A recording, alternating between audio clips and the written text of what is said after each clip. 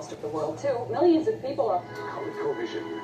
1982. Video games are taking this country by storm. Commodore 64 Principal. The electronic game craze, which is not only fascinating. The Atari 5200 Super System. Its only competition is with you. It's the video game years, and welcome to 1982. The systems, the culture, the games.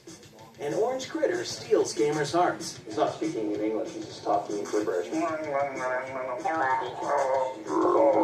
Coleco has a vision for a new console. It looks like the arcade game. It's close. And a gaming movie lights up the screen. It was mind-blowing. I mean, it changed my life, you know? Plus, Atari goes big, and robots run wild. So hop on your ostrich, but be sure to phone home. This is 1982.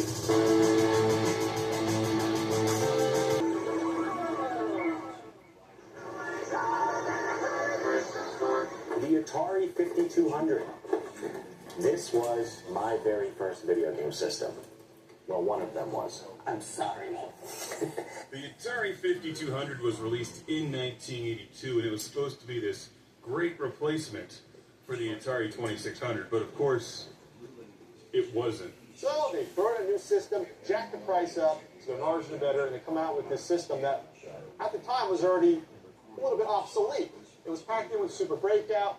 Yippee, Breakout, it's better. But for the most part, the reason why the 5200 wasn't that great in the grand scheme of things is because it was just an upgrade. I have to say, the Atari 5200 gets a really bad rap. It had some incredible arcade ports of, you know, they look great. You look at Pac-Man for the 2600, it looks like absolute shit. You look at Pac-Man for the Atari 5200, it looks like Pac-Man. Most of the games on the system were not games that were unique to the system, like this Pac-Man, Pitfall, Centipede. They were better versions, or they were close ports to the arcade version, better than 2600, but they weren't unique, so why bother getting it? This is the two-player version, the two-port versus the four-port. Now, I detest the controller with a passion. It's the absolute worst video game controller ever made. And while the controllers had these nifty analog sticks, they couldn't recenter. Right. The non-centering analog was great for games like Centipede, Super Breakout, probably why it was packed in with the system, and Missile Command. Any game that used like analog, a spinner yeah, or a trackball, sure, it was fine because you could move slow or you could zip around. But that's not many games. No, and it's certainly not the games that the majority of people played. They were these just weird analog controllers. I think in theory they would have been great. It had a pause button on it. It's like they tried to mix a controller with a telephone and something else horrible, and it just doesn't work. Atari 5200 controllers had the reputation of breaking all the time. They were notorious for breaking. These are by Atari 5200 controllers that don't f***ing work. There's an RF switch, that's broken. I think that time has treated the 5200 poorly. It's not a fondly remembered game system. It's easy to make fun of it because of the terrible controller, because of the fact it was a commercial failure. But in 1982, the thing was cool. I love the Atari 5200 and I stand by it. I will always love that system.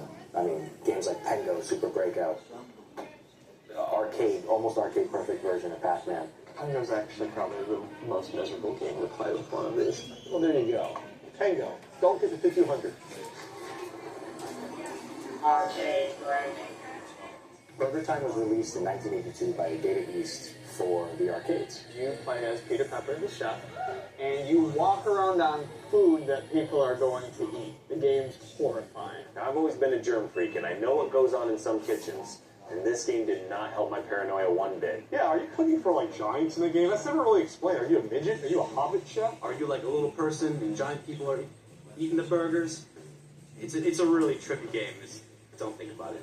It also used the Deco tape system, which Data East made to help streamline how some of their arcade releases were. Mr. Pickle, Mr. Egg, and Mr. Wiener. It actually used a physical tape and, make another tape for a totally different game. This way you can use the same cabinet for various different games. So pretty much the entire point to do is to get all those little creatures in your buns. They really jam up kind of scenario, but unfortunately the tape decks really sucked and they would crap out a lot. It became unreliable. So if you dropped your, slapped your meat on Mr. Wiener, you could kill him. The thing with Burger Time is I think most people who approach it play it similar to Pac-Man, and they try to avoid the enemies, whereas in Burger Time, you really want them to line up behind you. It's like salt, right? And you throw salt at people. That game. It's a really frustrating game. It's a fun game, really tough, and yeah, it was kind of original at the time. 1 foot burger, please.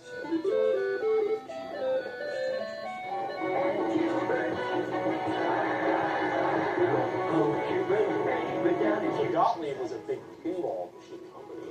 They decided, hey, we want to get to this video game craze. So they didn't have a lot of games that were well known. Their biggest hit, though, smash hit, though, was Q*bert. Q*bert wasn't the original name for this game. It was originally Snot and Boogers. How awesome is that? Man, I would have lost my if that was the final name, but I guess, you know, I was a little, like, juvenile, which, of course, I was a little kid, so it was working then, but now I'd be like, eh. So Q*bert works. It's like an isometric pyramid kind of game where you move up and down trying to turn over each of the different cubes that you land on until you complete the whole puzzle. You only had a couple of enemies to deal with, but they were kind of bouncing around and following you, so it was always interesting. And there's a couple of, like, discs on either side, and you can kind of use as a one-time thing to get you back up to the top, sometimes to get out of a hairy situation, sometimes to reset yourself to get going down the other side. What are you in Q*bert? You're some orange Muppet-looking thing with a big nose. You speak in gibberish. And you have a 4-way directional joystick, but on a diagonal. And that's how you do. You move along on this cube pyramid. Because the board was like a pyramid, they actually mounted the joystick in a diagonal fashion. So you would actually move in diagonals. Like a cross. Right, instead of, you know, up, down, left, right, which was pretty innovative. I don't know how much the arcade controls differ from the Atari controls, but on Atari, it's like, geez, I don't want to say it wrong, but if you hit like down, it you can fall off the side very easily, and either you're naturally kind of good with the Q*bert controls, or you suck at it. I happen to be really, really good at it, but most people I've ever played that game with hate it. They just think the controls are garbage. One of the interesting things about Q*bert is it was one of the more licensed arcade games of the 80s. There was toys, there was a cartoon, there was a board game. It had its own incredibly weird and wacky pinball machine later on. But it really was Gottlieb's only known arcade hit. Sure. Best part about Q*bert, of course, is the iconic moment when you lose a life and the speech bubble shows up above him with kind of like different symbols to, you know, obviously they're getting at that he's swearing.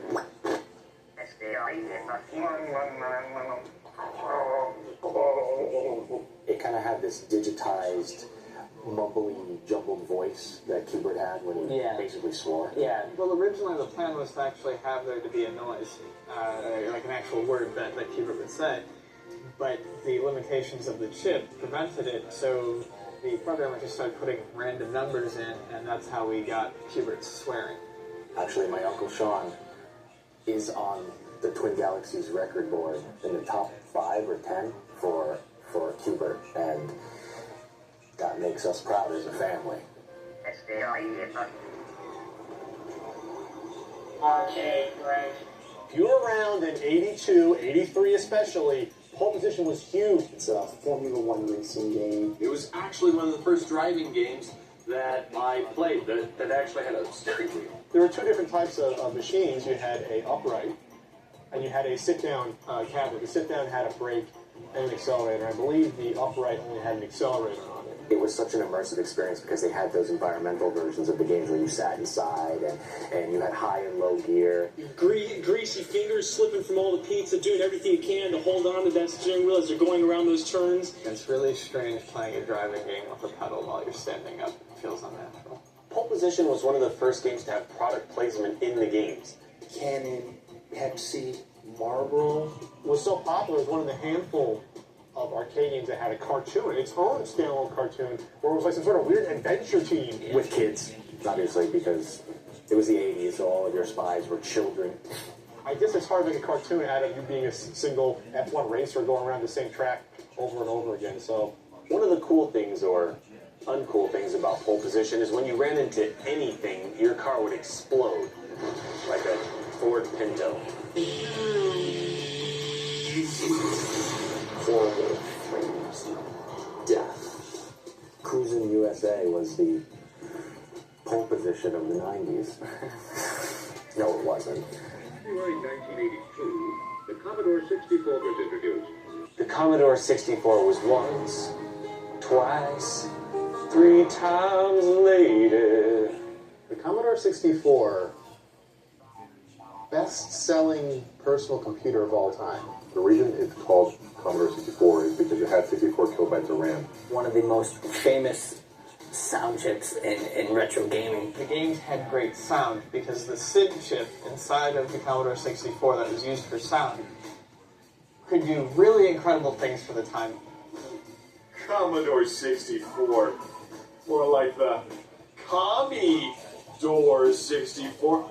Commies played that one. It was my first computer system I ever had, and I never bought more than 3 games for the system because my uncle had 2 disk drives and would copy pretty much every single game for me.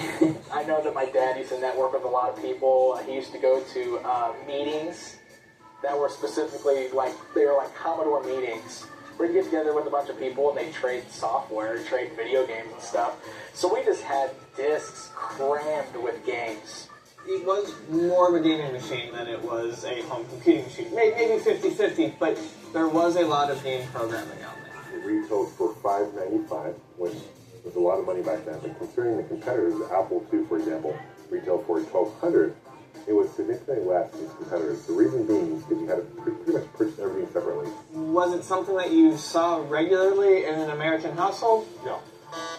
So if you wanted a floppy drive, if you wanted a printer, if you wanted other devices, a cassette player for this, you have to buy everything separately. It was limited. It wasn't like you can get an IBM compatible, which can do a lot more than a Commodore. Not for games, but for home computing, for spreadsheets and word processing, which are still in infancy, but also the Apple II. You can do all this nice stuff. The Commodore, it was more inexpensive, but you can do a lot less on it, partially because of that. One of the reasons why it was so freaking successful was it had just tons and tons of software for it. Like, there were over 10,000 titles. In Europe, consoles weren't that huge in the 80s. You had stuff like the BBC Micro, the Sinclair ZX Spectrum, and you have the Commodore 64. Those were your main gaming machines in Europe. So in Europe, huge! Games coming out left and right. In the US, not a lot of games that were only on the Commodore 64. You have some ports coming on. Dig Dug. I got my first experience with Dig Dug on the Commodore 64. It was supported up until 1994, making it the longest supported computer of all time. Congo Bongo. Burger Time. She's a brick house. Sorry, Commodore's jokes. School Days. Oh man, I love School Days. Well, yeah, stuff like the Lemonade game, which I played in school. That was fun. A couple of things of sugar and lemonade mix, and hopefully it doesn't rain. Does anybody else out there play School Days? It's a heavy-ass keyboard. You can kill someone with the Commodore 64. It's all built in right in that freaking keyboard. I mean, it's just an iconic startup screen, you know, with that 64K RAM. That's why it's Commodore 64. And then the ready prompt. You know, it's a lot more inviting, a lot more welcoming than that cold, harsh Microsoft DOS C prompt. Ready to adventure or something. Arcade Greg. Williams Joust. Frickin' ostriches. John Newcomer went out to make a flying game, and he didn't want to use spaceships because those were cliche even at that time. So he had knights riding ostriches. And I actually liked that game and played it more, I'd say, than any other video game ever. So you flap your little ostrich wings, and you got to hit the other ostrich knights, just a slightly higher level at least, and then you hit them off, and you collect the sort of like, I think, eggs for bonus points. Did you ever wonder where Super Mario Bros. 2 got the idea for riding on ostriches? No? Now I feel ostracized. That's the entire game. One screen, ostriches flying on by. It's bizarre. It's some sort of like really weird, you know, like heavy metal animated world or something going on. I'm gonna go stick my head in the sand. Honestly, the best part about Joust, other than the whole ridiculous nature of it, is how satisfying it is to just splurt on top of the enemies and turn them into eggs. I don't even know if that's a word. but it's what it feels like, and it feels good. And now the other arcade games of 1982. Hey guys, I'm Pixel Dan, and these are the other arcade games of 1982. Nibbler. This Pac-Man and Snake mashup is the first video game where you can reach 1 billion points. Pengo. The overhead ice maze game where you control a cute little red penguin who crushes the snow bees. Yeah! Satan's Hollow. The shoot-'em-up game where you destroy gargoyles in order to build a bridge that leads directly to Satan. Why would you do that? Star Trek. The vector game that boldly goes where no man has gone before. I just can't do it, Captain!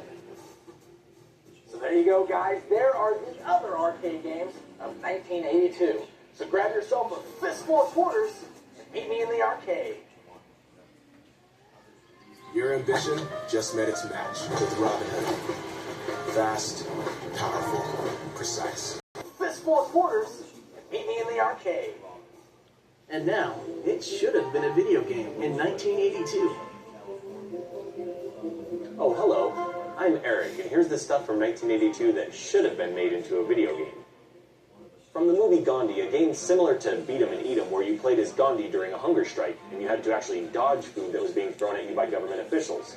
Guess that would make it Beat 'em and Don't Eat 'em, which would make more sense.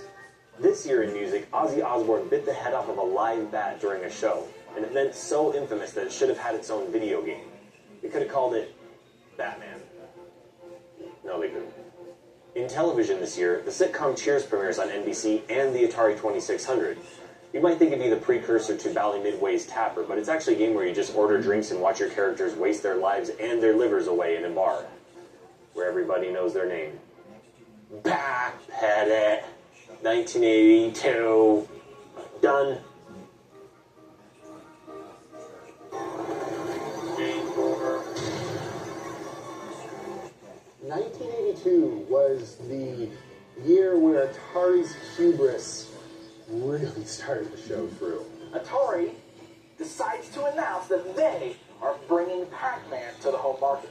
Huge news! Pac-Man for the Atari 2600 was exactly like Pac-Man for the arcade, but not good. It barely resembles the arcade. It sounds nothing like the arcade. Everything flickers all over the place. There isn't the right number of ghosts. The maze looks wrong. You're eating wafers, not pellets. You only face in one direction. They put on a 4 kilobyte cartridge. I mean, 8 kilobyte cartridges have just recently come out for 4 kilobytes. Hey, that saves money.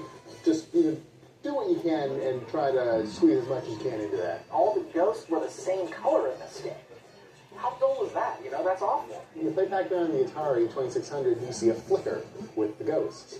Couldn't have broken up those lines to make them look like the pellets Pac-Man eats. No, they're the 4 ghosts. You're getting epilepsy, but it's okay because you're playing Pac-Man at home. They kicked everyone! They kicked everyone who loved Pac-Man right in the nard! Atari actually ended up with 5 million extra copies. Oh, really? 5 million that they couldn't sell because they half-assed it. Well, you know what? I have 3 of them. They think it's going to be so popular that everybody with an Atari 2600 will buy one.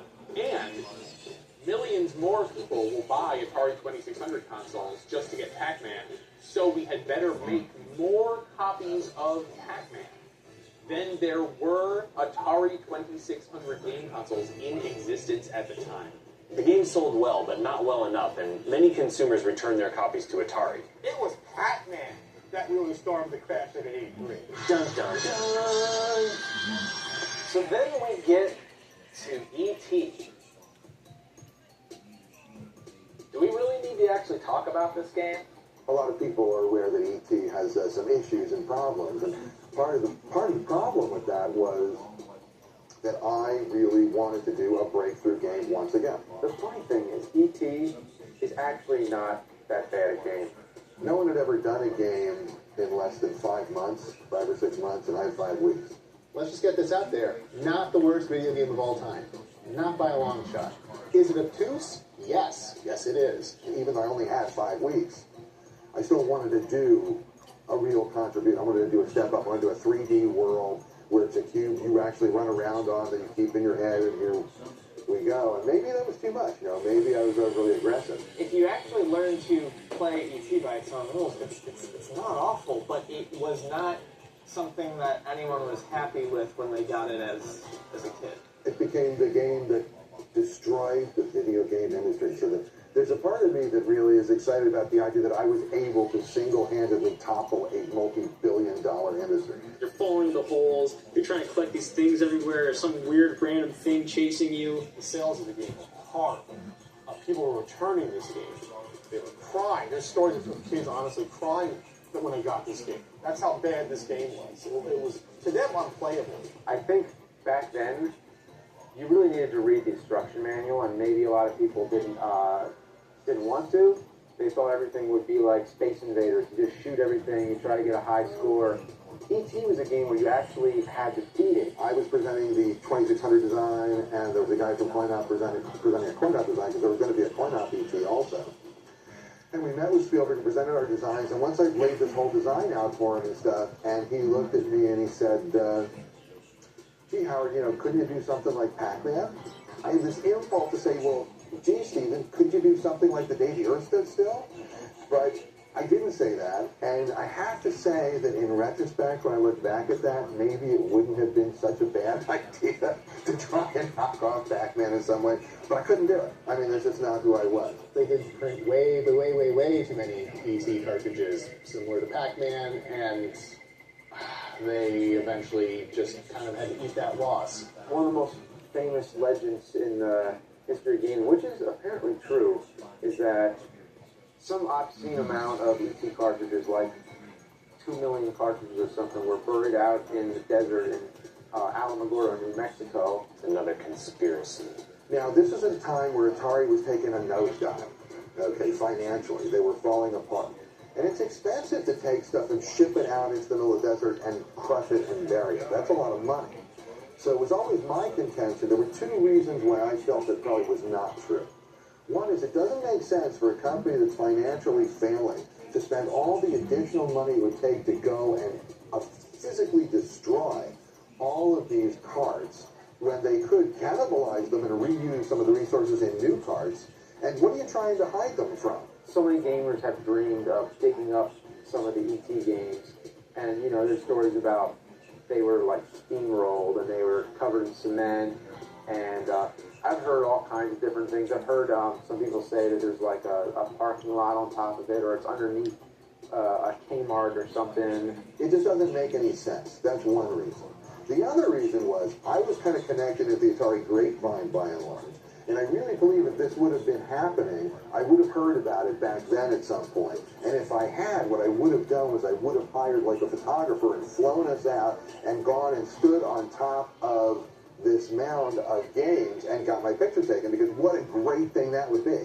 E.T. was probably the first time where the consumer had a mass revolt against a game. And they brought down Atari partially because of that. Arcade, right? Jungle King is a lovely, lovely arcade game. The original version was more Tarzan-esque. Your character's basically Tarzan. It is Tarzan. Basically, the main character, Tarzan, or Jungle King, looked exactly like Tarzan. He wore a loincloth and he did the Tarzan yell and was like... So this got the attention of the estate of Edgar Rice Burroughs, who wrote Tarzan series in the first place. They became a little lawsuity. So they had to change that for the systems and it became Jungle Hunt. They took out the Tarzan yell completely and they changed the loincloth guy to what looks like the bad guy from Jumanji with the little pith helmet and such.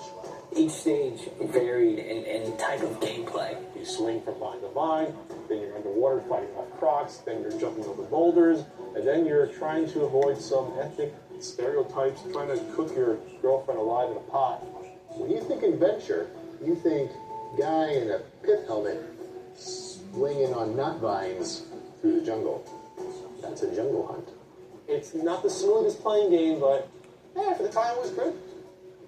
He becomes a prisoner in a world of his own making. The world of Tron.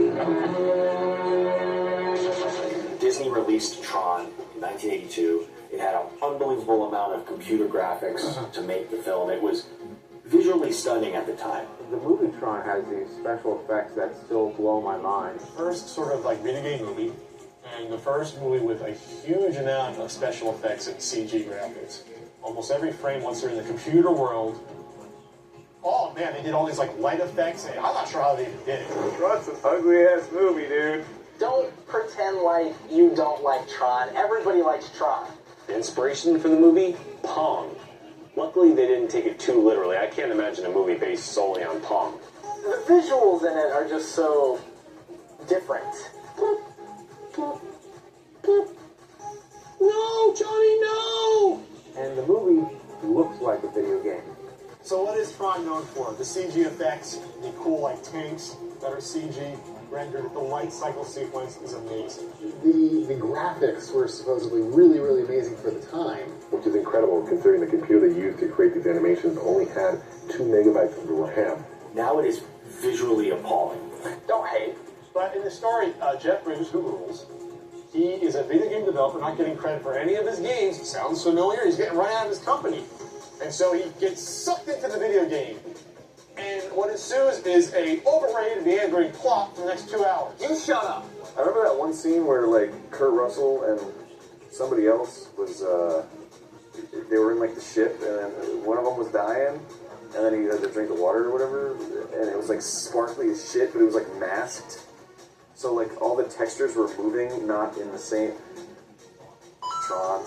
Nowadays, at least to me, it looks more like when you go to midnight bowling and they have the ultraviolet lights and it makes your white shirts glow. And it's like, ooh, I'm bowling. And it's crazy. So, I can't watch Tron. But the arcade game, I love the Tron arcade game. The game was unique in that it had a selectable path. So basically, I could choose any order in which I wanted to suck. My favorite thing about the Tron arcade cabinet is it's just like the movie. It's just got this really striking visual look to it. The black light all in the cabinet, great. And it's just got that really unique joystick right there on the console. That's like glowing blue. It's got these bright blue lights in it. You had tanks, just like combat, you know, like where you shoot tanks, combat. So the two weird mini games is the grid bugs and the weird rainbow snow cone you gotta destroy in the game. What the hell is going on there? It's at the end of the movie. It's terrible. No, it's awesome. I don't like that. But the light cycle part's fantastic. And the bugs are fun, I guess. Yourself. Along with the movie, there were 3 Tron games for the Intellivision. They were Tron Deadly Discs, Tron Mazatron, and Tron Solar Sailor. I like to call them the Tron Intellivision Trilogy, or TIT for short. And I just look at it as, you know what, it laid the groundwork for the Journey game the next year. That's why I love the Tron video game. You're so hard.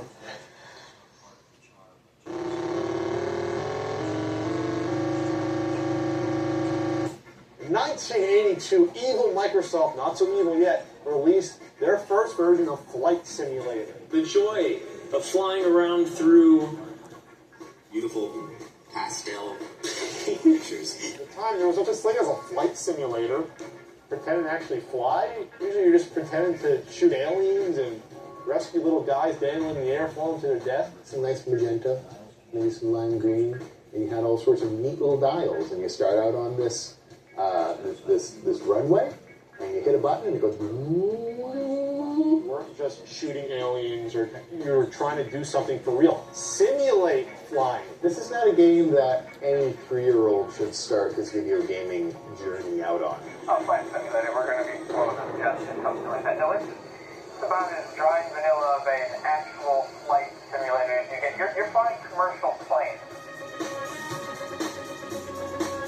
And then all of a sudden there's like a crack on your windshield and you can't move anymore.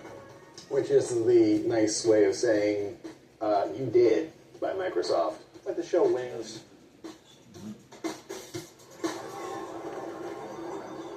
Arcade, great.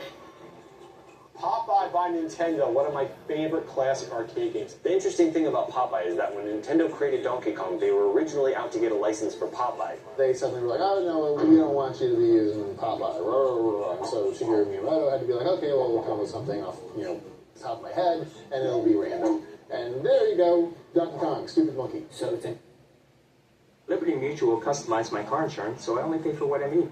What a great day. What an okay day. What a messed up. Only pay for what you need. Liberty, liberty, liberty, liberty. So it's interesting, a year later, they acquired the rights to Popeye and came out with a completely unique game that looked actually really good. I remember the first time I played Popeye, I was incredibly annoyed because I was wondering why I couldn't punch Brutus. Olive Oil is throwing things for Popeye to catch, be it hearts or letters spelling help. You punch the spinach can, but then once you are energized, you don't use the punch button to hit Brutus, you just run into him, which I always thought was really weird. That was kind of like counter, which one to punch him? Yeah, there was this renaissance of Popeye in the early 80s. And all I started with the Popeye spinach. It's the only time I liked the character, actually. Yeah. Well, blow me down.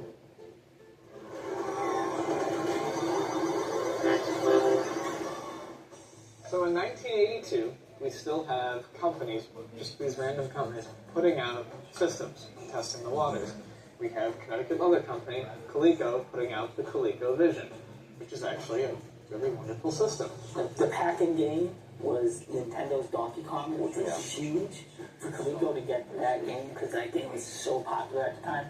And because of that game, this console sold very well. The main thing that Coleco did, which is what a lot of the third-party games did, was they just opened up the checkbook and started buying licenses. So they had Donkey Kong and Mousetrap, and they had a lot of arcade machines. And of course, Atari had a lot of those sewn up already, a lot of more Atari games. Now, at the time, you could play Donkey Kong on the television, which you can barely make out the gorilla on it, or you can play it on the 2600 maybe, and it's maybe slightly better looking like a gorilla, but it's still not. The ColecoVision port of Nintendo's groundbreaking title, it looks like the arcade game. It's close. It's not exact, but it's damn close compared to the other versions. It's so much a step above. The first level, unfortunately, is backwards. The way the building is made, it's just in reversed. Like Twilight Princess for the Wii. Yeah. Unlike other systems at the time, like the 5200, there was a lot of good standalone games that were only on the ColecoVision. You had games like Mousetrap that were really good ports in the arcade version. The Zaxxon port was probably the best one. Zaxxon was a great arcade game that came out in '82, and almost everyone who had a ColecoVision had to get Zaxxon.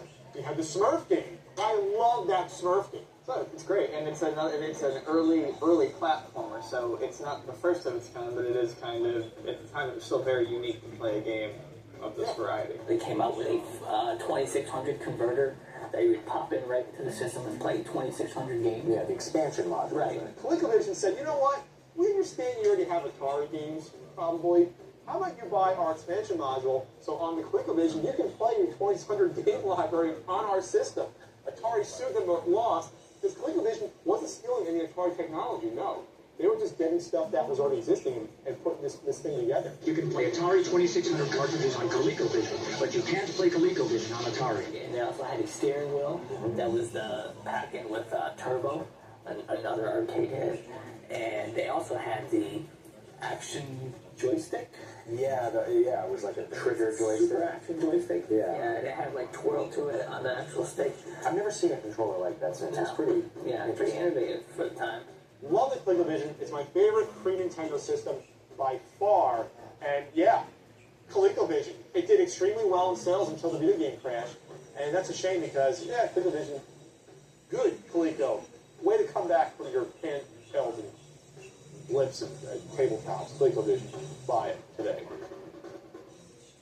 And now the gaming innovation of 1982.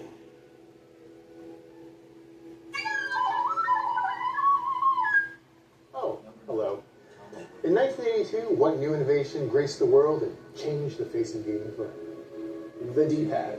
Designed by Gunpei Yokoi for the Donkey Kong Game & Watch, there had been many ways to control up, down, left, and right in video games before, either with discrete buttons or joysticks. But this was the first time that all 4 functions were available in one control, easily identifiable by touch. This is an innovation that we use to this day in all sorts of video game consoles, and we owe this Ryokoi a great debt of gratitude. That does it for the video game innovation of 1982. And don't forget, it's not just nostalgia, it's science.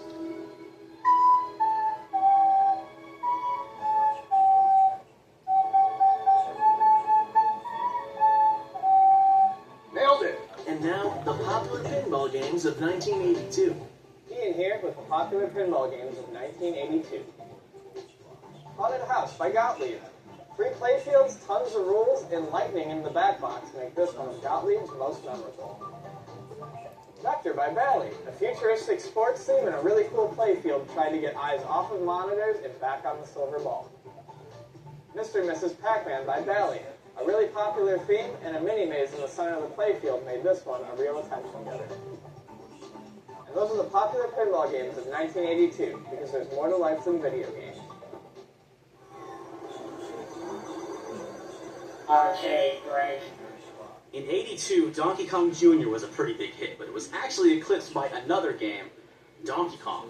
Even though the first Donkey Kong came out in 81, it was 82 was when it became a really, really big hit. Nintendo thought it'd be a great idea to release Donkey Kong Jr. in 1982. It was an awesome breakfast cereal. There's a Donkey Kong Jr., and a Donkey Kong 3, but no Donkey Kong 2. Well, Donkey Kong Jr. was a really fun game because it took the idea of Donkey Kong and just changed around. Now, Mario is the bad guy, right? That's kind of weird, isn't it? Well, Donkey Kong Jr. was kind of a different game than the original Donkey Kong. You played as, obviously, Donkey Kong's son, Donkey Kong Jr., and your goal was to save your father in the game. And you went through various obstacles, kind of like Mario did. That's where the similarities are, where it was an obstacle course, but you were, like, climbing up vines, climbing up chains. You weren't climbing ladders too much. It's pretty crazy to think that our hero Plumber's second outing was as the villain in Donkey Kong Jr. Sure, you could blame Mario for mistreating Donkey Kong in the first game, but he went full-on bad guy this time. Now Mario's the bad guy, and he captured Big Daddy Donkey Kong. And he's like, "Rawr, I'm whipping, and I'm throwing out these clap traps, and they're gonna get you. They're gonna get you, little Donkey Kong Jr." Luckily, he stopped abusing animals after this game. Unless you count the Yoshis, and the 3D rabbits, and the animal enemies, and the animal suits. Actually, someone should call PETA.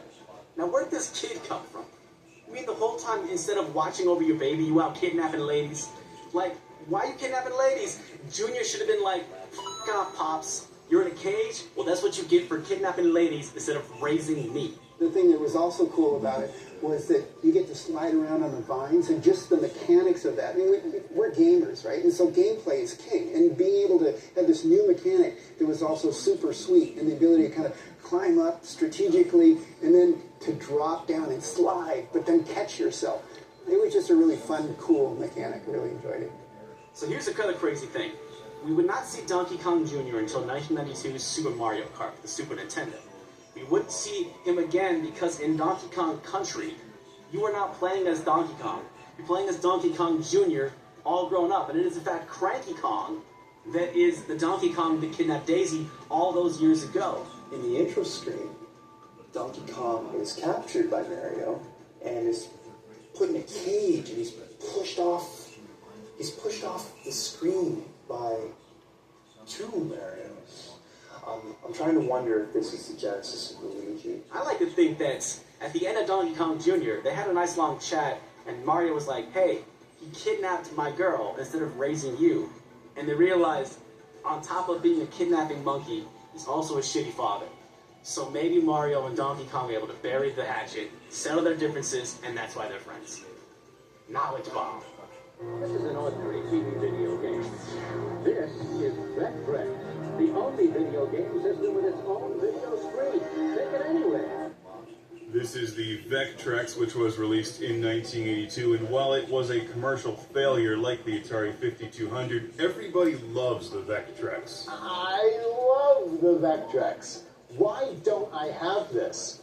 I mean, it was just, of all of the early 80s, video game and tech, that's out there. I think this is by far the most interesting. It was an all-in-one vector monitor video game system combo.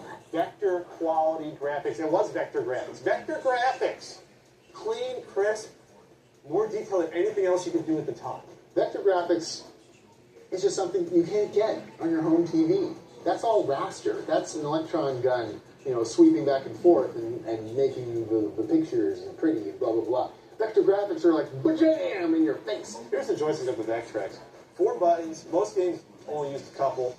Joystick was okay. Another thing I like about the Vectrex is that it has a handle built into the back, and it's technically a portable game console. As long as you have some AC power nearby, you can take the Vectrex and play it wherever because it's got its own screen. What was really cool is the stuff like they had the light pen. You could go on the screen and draw. You put it up to the screen and it actually attracts the... Right. It attracts the phosphorus. Yeah, or something. They had Melody Master, they had Animaction. Hold up, you could animate at the time. Hell, it was only vector graphics. It was only one color, blazing white, but it was cool. There's also really good games on the Vectrex. For starters, we've got a built-in game, Mindstorm. So Mindstorm is this, okay, it's an Asteroids knockoff, but that's okay because Asteroids is awesome. Blatant rip-off of the Asteroids, except you had in the middle this little thing you want to hit. They had a couple rip-offs, like Clean Sweep, which was like a Pac-Man clone, but majority were original games made for this system. They had a couple arcade ports only. They had Scramble and Pole Position. The system also had some pretty impressive sound capabilities, like in the game Spike. They used a lot of digital voice in that game, and it sounded really good. Armor Attack. Armor Attack was sort of a clone of Combat, but it was fun. And there's even a vibrant homebrew community producing new Vectrex games, like Vectrexians. If you have a Vectrex or you're lucky enough to pick one up, you can buy the multi-game cartridge now, and you can get them all on one if you're willing to pay like $150.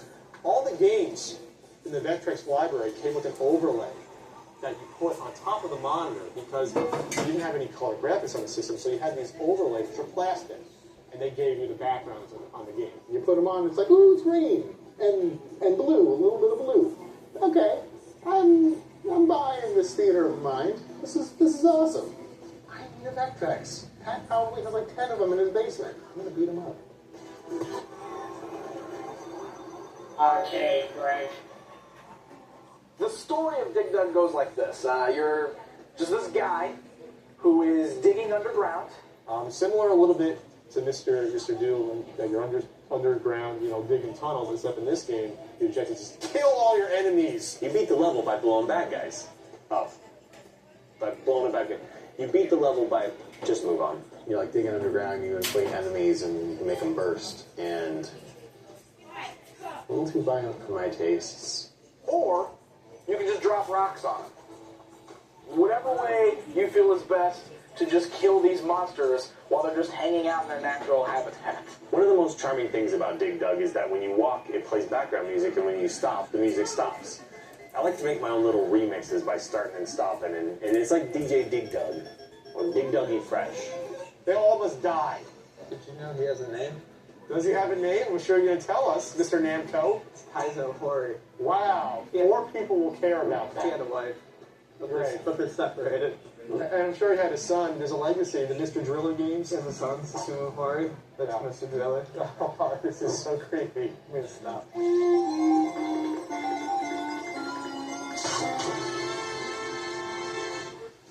Alright. The Pac-Man animated series by Namco.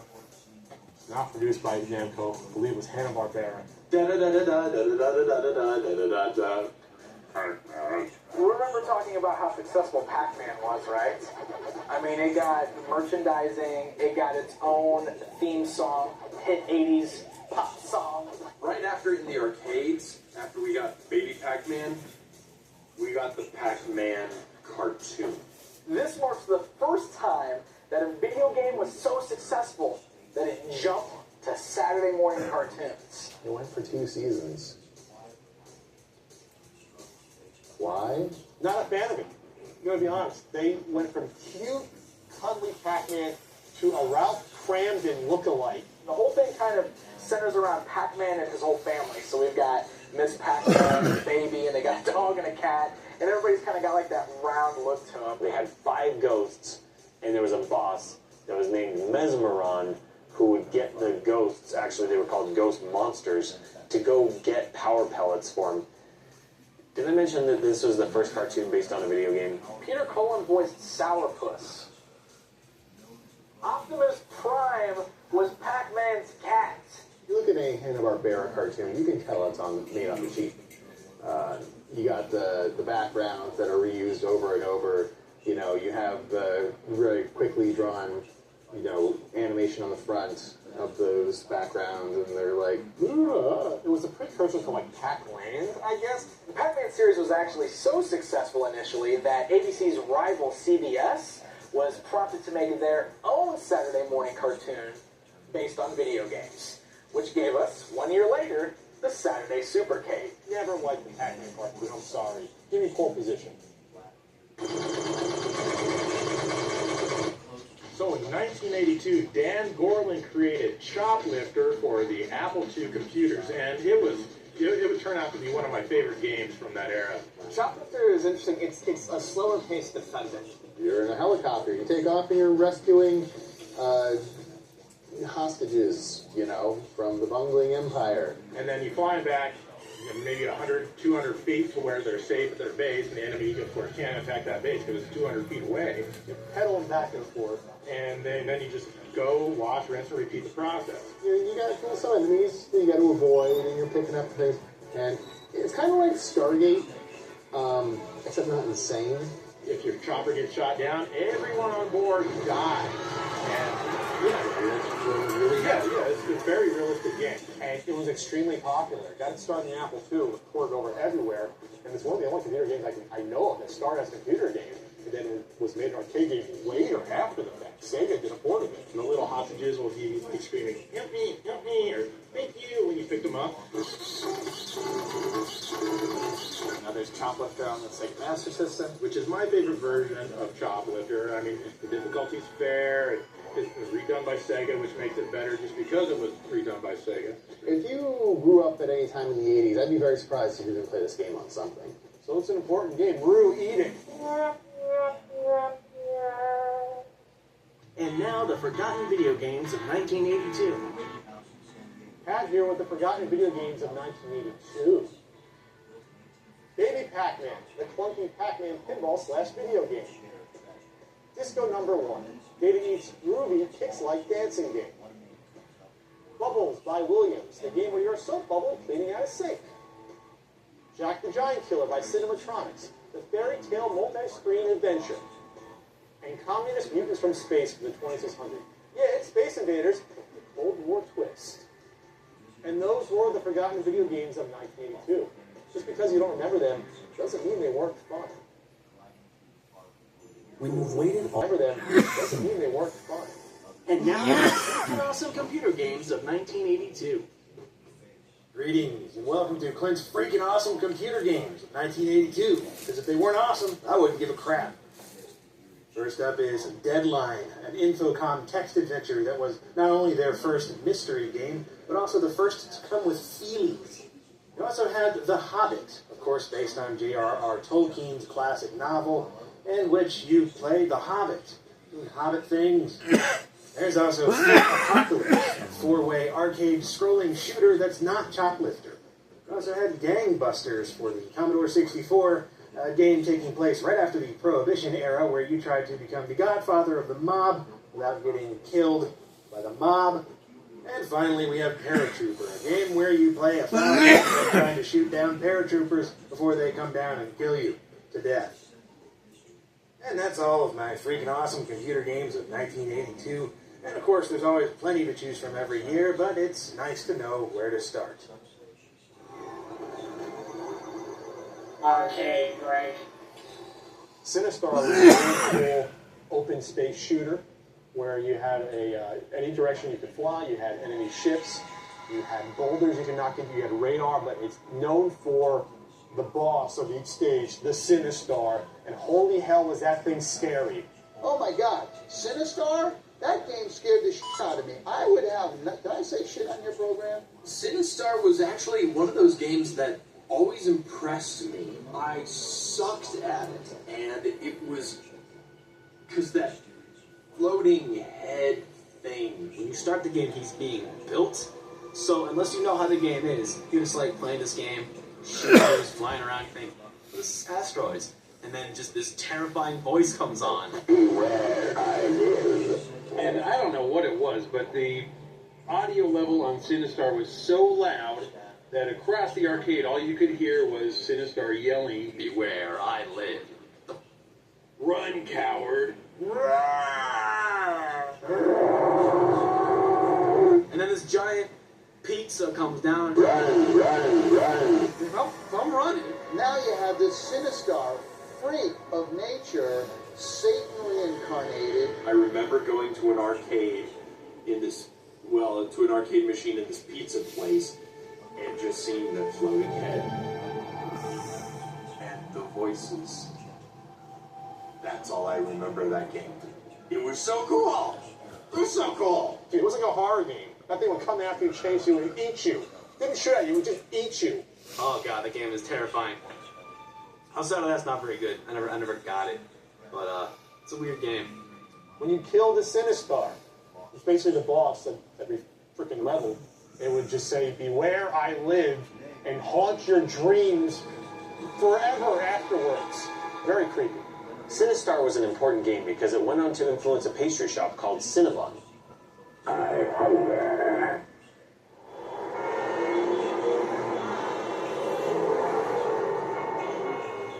1982 introduced the very first dedicated video game magazine. Nerds rejoice. In the late 70s, early 80s, Arnie Katz and Bill Kunkel started doing a column called Arcade Alley, and it was in a magazine called Video. And basically, this was like the first, regularly published column covering video games. Video games were becoming a real medium for which to have a critical eye. They started Electronic Games Magazine, the first monthly magazine devoted to the subject of video games. It paved the way for everything leading up till, the height of gaming magazines, to the fall of gaming magazines, to internet journalism today. These are guys who had to invent the concept of the preview, the review, scoring video games. That magazine continued until 94, but survived the crowd. The word Easter egg, they had to come up with that sort of thing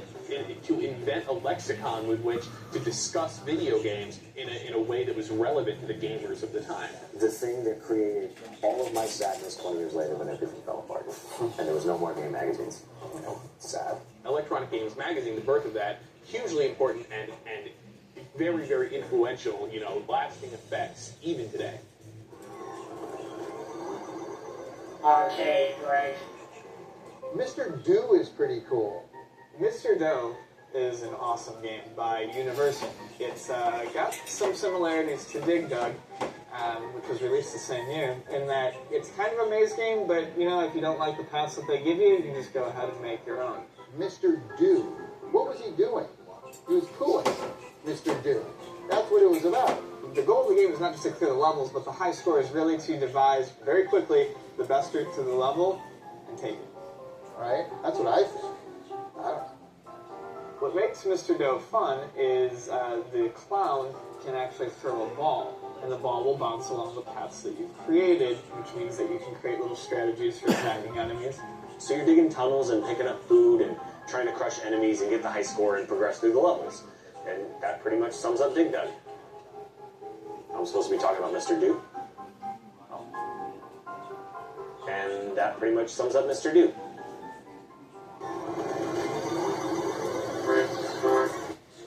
So in 1982, we get the NTEX Adventure Vision. And it's really a really cool little system. What made the Adventure Vision so unique, it's a very large tabletop gaming console that wasn't portable for people. You couldn't really take it portable anywhere. You had to plug into a wall. It was based upon the NTEX Select the Game technology from the year before. There was only 4 games for it. It came packed in with Defender, which was a port of the arcade game, and it plays well. It had 40 LED red lights with a mirror spinning around, which would concept of a red effect. If you see it in person, it's amazing to see how smooth it really is. It looks like you have an enormous LED display, when in reality you're working with just a little bit. And which is kind of cool, years later, in 1995, Nintendo released the Virtual Boy, which used very similar technology to the Avenger Vision. Oh, man, are we talking now? The Emerson Arcadia 2001. The radio company Emerson, we're putting out our own video game system. This system was obsolete by the time it came out. It had 512 bytes of RAM, which is really small. It looks like a miniature television, to be honest with you. Gaudy colors, mostly one-screen games the Emerson Arcadia had. Emerson was planning on releasing a lot of arcade ports to the system, including Pac-Man and Defender and Galaga. Atari was suing companies doing this. They had a few clones. They had Breakaway, which was a breakout clone. They had a Berserk clone. They had a Defender clone. And they couldn't get third-party support. So because of that, the Arcadia 2001 didn't do very well at all. Emerson, stick to radios, please. This isn't working out.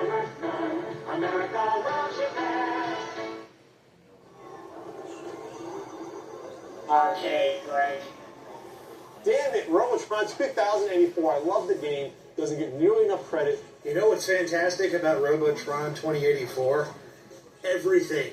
Robotron was the brainchild of a, at the time, fairly young developer called Eugene Jarvis. The game was partially based on George Orwell's 1984, but in 1982 they figured things aren't going to progress that much in 2 years, so they bumped it up 100 years to 2084. So in this game, you're in a single room, and wow, the robots have turned on humans. What a surprise, what a shock. You have two joysticks. One joystick changes which direction you're firing, and then the other one actually moves yourself around. So it's a really unique control system for that time.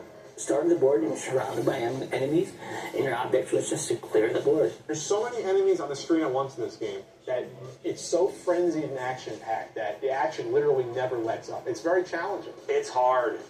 Eugene Jarvis went on to make a number of arcade games, and probably my favorite of his was the Cruisin' series. So again, Robotron 2004, it's a great game. Didn't have that much of a legacy, but back then and now it's still a great arcade game. Just last night, I was lost in the jungle with Pitfall Harry, surrounded by giant scorpions and man-eating crocodiles. Designed by David Pretty for Activision. Well, I was working at Atari in the 1970s. In fact, I started there in 1977. And it was a fun place to work. We were working with Nolan Bushnell. You had the Gang of Four programmers from Atari who wanted, just a little bit of respect. They wanted some royalties. They wanted their names on the boxes of these video games that they're designing. Four lead designers at Atari at the time demonstrated to the president of Atari, Ray Kassar, that our games in the previous year had made him $60 million in sales, while we were all making $20,000 a year salaries. He looked us in the eye and told us that we were no more important to the success of those products than the people on the assembly line who put them together. They didn't give their programmers any credit. So he's like, why should I put up with this? I'm just going to go do my own game. Didn't take us too long to say, farewell to Atari. And we founded Activision in 1979 on the premise that a video game is a creative work, like that of an author, and that we would give credit to the video game designer. So they took them to court from 1980, 1982, several lawsuits. None of them worked out very well for Atari. In the end, Activision, free and clear, becomes the first third-party video game publisher. Becomes really successful at it. And so now they're making games for Atari. And Atari goes, you can't do that. And the court said, yes, they can. If you follow these rules, you can do it. The Gang of Four leaves, forms Activision, start pumping out some really great games. And 1982 is when Pitfall comes out. Pitfall was a game that came about largely because I wanted to see a human figure as the main figure in a game. It's one of those few Atari games at the time where it's not single screen, it's not a stupid space shooter like 1,000 others, and you're traveling on an adventure. But it's Pitfall. Took a sheet of paper, drew a little stick figure. So there's my little running man. Now what's he doing? Well, he's running. He has to be running on something, so I drew two lines that made a path. The path has to be somewhere, so I drew the trees, and all of a sudden it became a jungle. In it, you are simply Pitfall Harry, and you swing on vines, jump on alligators' heads, and traverse underground caverns, dodging scorpions, while you try to find a bunch of different treasures. When you'd swing on ropes in Pitfall, it'd make a synthesized Tarzan yell like it did in Jungle King, but I'll bet you they didn't get sued like Taito did. Along the way, it was pretty clear this was going to be something. This was, I could put this world in the jungle, I could put this character in the city, I could, as long as he's run, jumping, and climbing on a side view screen, it could go anywhere in the world. And turned out to be a pretty popular genre. I think there were 1,000 platform games made after Pitfall. That opens the floodgates for, third parties on consoles. So, hey, Activision, you guys are pretty darn good.